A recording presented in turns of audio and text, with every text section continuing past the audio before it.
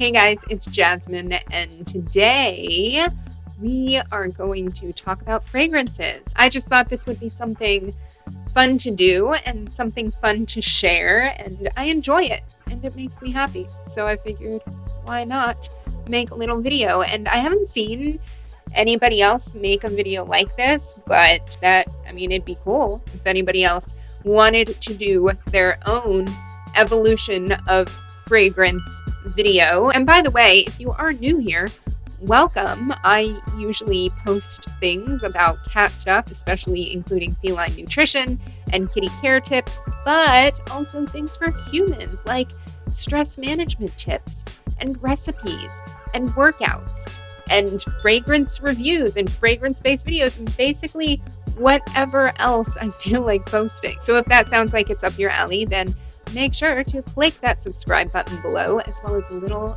bell icon that's right next to it, because we do put out a new video every Saturday and usually sprinkled in throughout the week. And if you're watching this on Facebook, make sure to follow our page, Cat Lady Fitness, where you will get the same videos and a whole lot more. So I'm going to start with the farthest one back that I can remember that's actually pretty random, and that is, I don't know if you guys remember or if they're still around, but the little fake food, the little plastic fake like cupcakes and pie slices and little pieces of cake. I think that would typically come with those Fisher Price like Easy Bake Kitchens, but I remember loving the smell of those fake plastic toys. But it's really weird because I remember even back then thinking, I don't think they're trying to make this smell like a certain food. I think it's just the type of like plastic and paint and stuff they use to actually make these things. They just smelled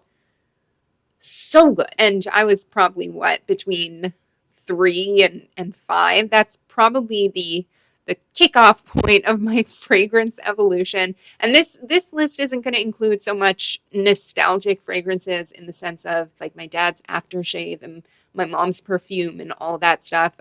I'll probably make a different video about that in the future. But as you can tell from how this started off, this is pretty random stuff. And if you love the smell of anything I mentioned today too, please tell me in the comments below, because I'm not too sure if it's unique or if it was like universal or not. So moving on from there, the next thing I can remember, and I actually have some right here. You guys can probably guess. I feel like a lot of people share an affinity for this particular smell, but that is Play-Doh. It smells so good. Why does it just smells so good? And you know what's interesting? Certain fragrances now have notes, adult actual fragrances have notes that smell like Play-Doh. Like to me, Hypnotic Poison by Dior smells like Play-Doh on my skin, like a really sophisticated, classy, sexy Play-Doh, but it has a hint of Play-Doh in it, and I realized I think that's why I like it so much. So moving on up, probably, and all of this probably falls into like kindergarten through elementary school, but I loved the smell of those rubber dodgeballs, like the rubber balls you used in gym class for kickball and dodgeball and all those things. Oh my goodness. Those smelled so good to me. And I remember there was like a big closet in the gym of my elementary school, and I loved walking in there because it just smelled like rubber. I think I just really like the smell of rubber. And another weird thing I've always loved the smell of is fresh tar. So like a parking lot or a driveway or something that has been freshly coated with tar. There's just something about that smell that I love so, so much. When I was little too, I loved the smell of a cedar closet. I remember my parents, my dad's closet at least, was a cedar lined closet, and he, hung all of his suits up in there. And I loved that smell of that cedar in there. And it's really interesting because I think, a lot of the things I'm mentioning, they helped to shape the type of, unsurprisingly, the type of fragrances and things that I like today. Because if you think hard enough to your preferences now, when it comes to anything, it can be appealing to you because it can bring you back to just like a cozy, good memory, just love-filled part of your childhood or something. And I just realized that with this because I mentioned the cedar closet, and I do happen to really, really like fragrances that have that kind of cedar or sandalwood note in them. So along with that, growing up, I remember I always loved the smell of the library at my school and just the city library. And I think I just love the smell of libraries in general and old books and that smell of it's kind of a mix between the paper and muskiness. It's one of those things where I feel like if I was to, smell something like that today, our olfactory senses are they most strongly affect your memory. So it would make sense that you can, I could smell something today and it can bring me right back, just like I could smell this Play-Doh right now. I'm going to again.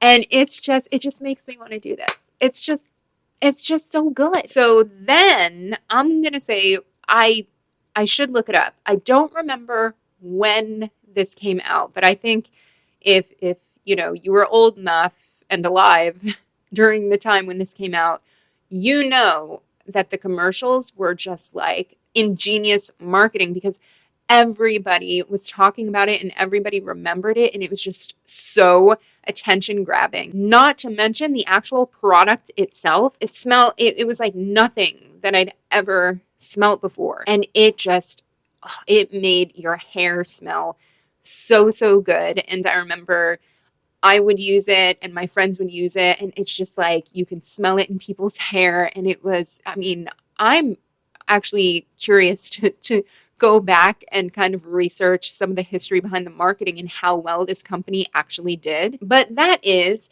Herbal Essences shampoo and conditioner. Does Herbal Essence do they still exist? Do they still sell stuff? Does it still smell the same? I'm going to have to go into the store and see if it still has that smell, because I'm telling you, let me know if you remember this or if you agree with me. But when that shampoo and conditioner first came out, the fragrance of it was addictive. And it's so funny. I completely forgot about that until I sat down to try and, remember different kind of impactful fragrances that I've come across in my lifetime. And I was like, of course, I have to mention this because it was that big of a deal. At least I think so. Growing up during that time in New York, it must have been maybe like between 90 and 94. So that's where the actual like fragrance, not just things like libraries and kickballs, but that's when the actual, fragrance, it kind of like opened me up to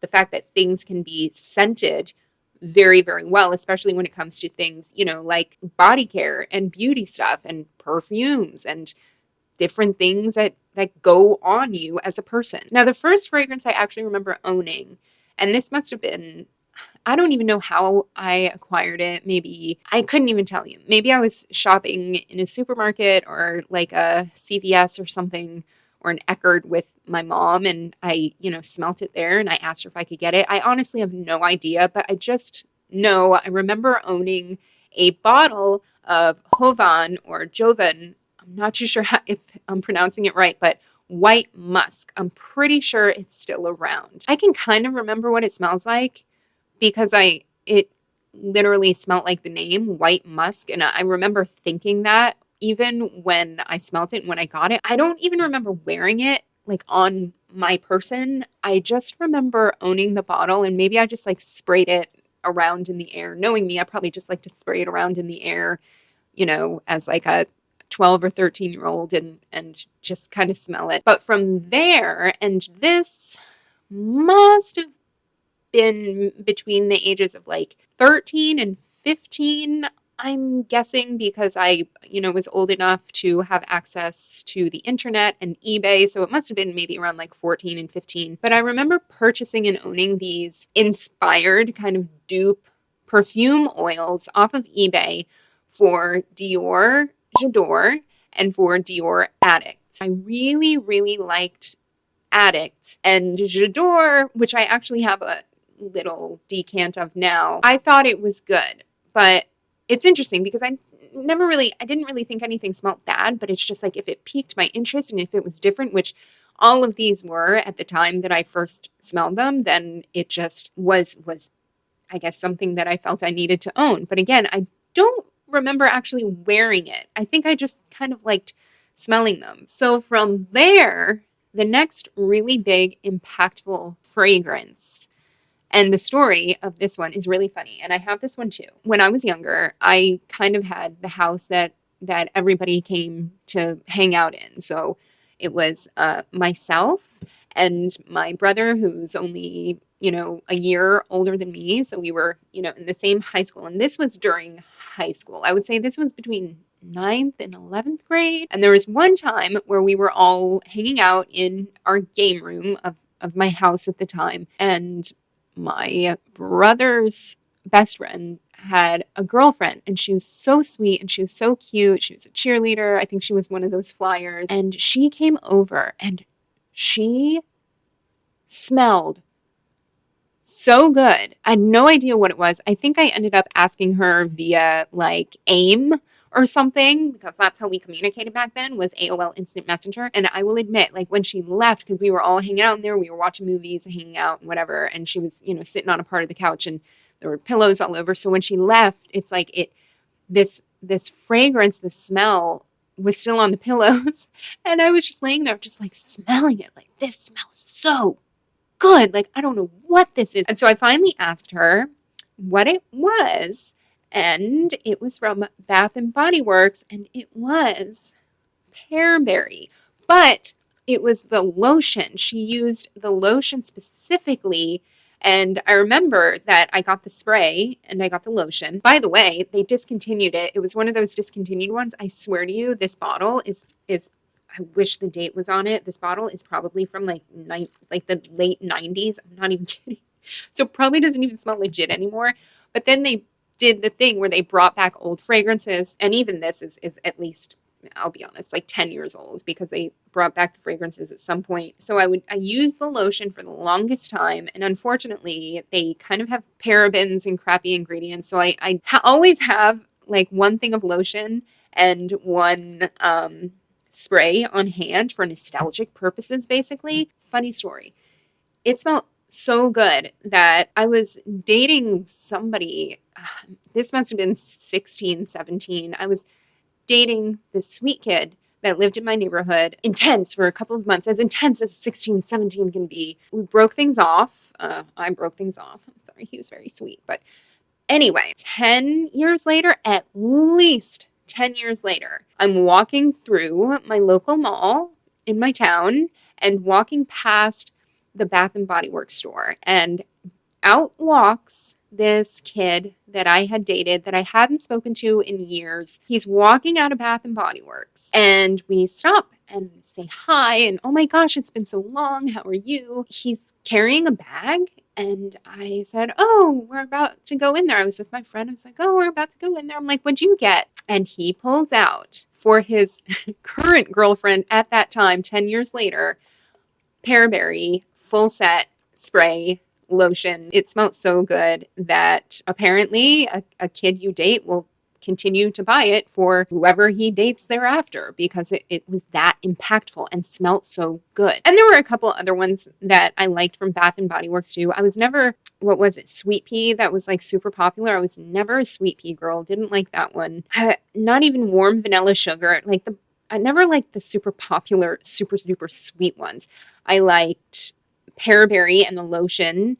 I liked Cotton Blossom. I really liked that one. Dancing Waters, if they even still have these. Interesting thing about Dancing Waters is I used to spray that one on my bed before I went to sleep. And whenever I did that, I would always sleep really well and have really nice dreams. And I would test it like on and off. And for some reason, something about Dancing Waters from Bath and Body Works induces good sleep and good dreams, in my experience. Okay, moving on to my first, I feel, actual like signature fragrance, if you want to call it that, which I still have, but this isn't the same bottle that I first owned. I want to say this is the second bottle that I ever owned. So this bottle is at least 15 years old. I wore this fragrance for the span of I would say my first serious relationship.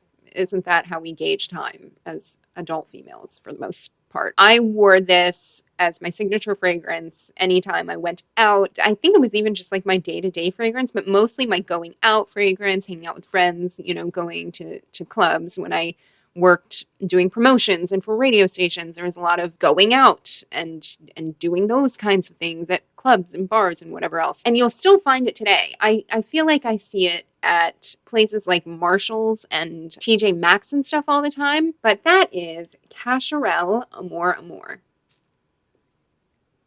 It's young. It was perfect for me at that age. I'm like eating it now. Sweet, but not a gourmand sweet. It's just a little sweet from the fruitiness.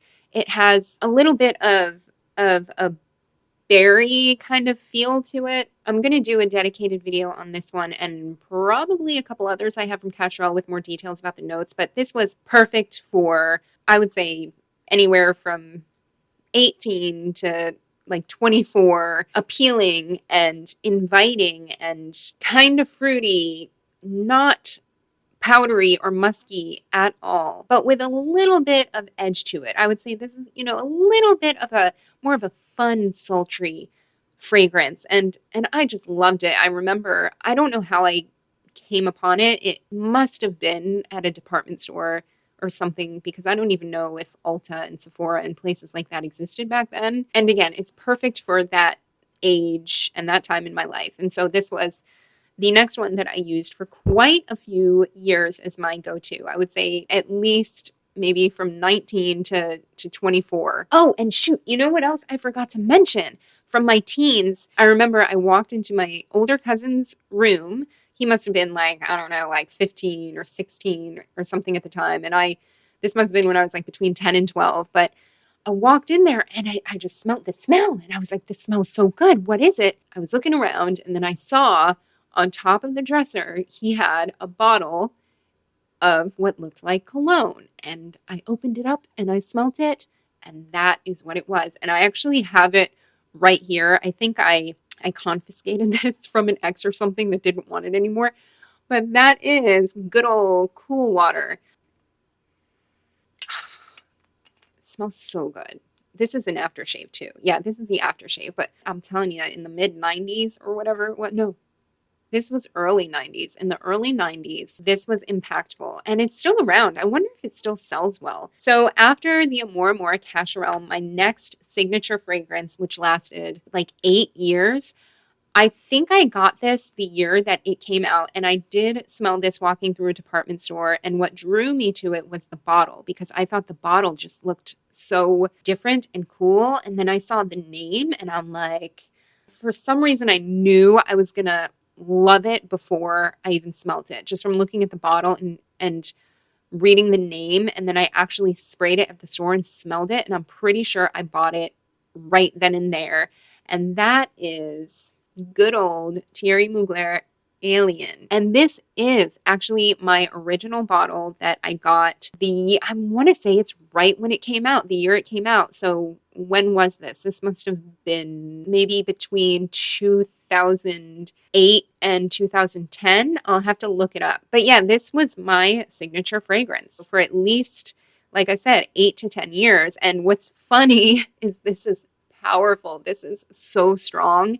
And in the span of those 10 years, I knew that it was really strong, but I wasn't so into fragrance enough to kind of understand that you ideally need different fragrances for different climates and different seasons and different occasions. And, for example, this is perfect for like date night or night out. This is not ideal for, say, probably a christening, if you're going to be somebody's godmother, or a wedding. Definitely, I don't know, not a daytime wedding. And I say this, people can wear whatever they want, whenever they want. If it makes you happy, go for it. I take into consideration when I'm going to be on a plane, I'll either wear nothing or something, very light spray, maybe one spray of something very friendly and unoffensive. I've gotten so many compliments on this.